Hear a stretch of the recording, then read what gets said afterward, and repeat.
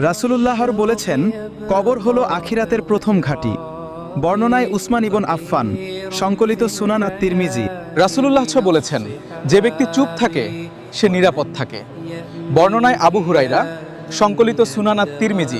রাসূলুল্লাহ আরও বলেছেন, মানুষের মধ্যে সেই ব্যক্তি উত্তম যার জীবন দীর্ঘ এবং আমল সুন্দর। বর্ণনায় আব্দুল্লাহ ইবনু বুসর, সংকলিত সুনান আত-তিরমিজি। রাসূলুল্লাহ আরও বলেছেন, আল্লাহ সেই হৃদয়কে ভালোবাসেন যা বিনয়ী ও পরিষ্কার। বর্ণনায় আবু উমামা, সংকলিত সুনান ইবন মাজাহ। রাসূলুল্লাহ আরও বলেছেন, দোয়া মুমিনের অস্ত্র। বর্ণনায় আলী ইবন আবি তালিব, সংকলিত মুস্তাদরাক হাকিম। রাসূলুল্লাহ আরও বলেছেন, যে ব্যক্তি আল্লাহর জন্য কাঁদে তার চোখ জাহান্নামের আগুন স্পর্শ করবে না। বর্ণনা ইবন আব্বাস, সংকলিত সুনান আত-তিরমিজি। রাসূলুল্লাহ আরও বলেছেন, সত্যিকারের সফলতা হলো আল্লাহর সন্তুষ্টি লাভ করা।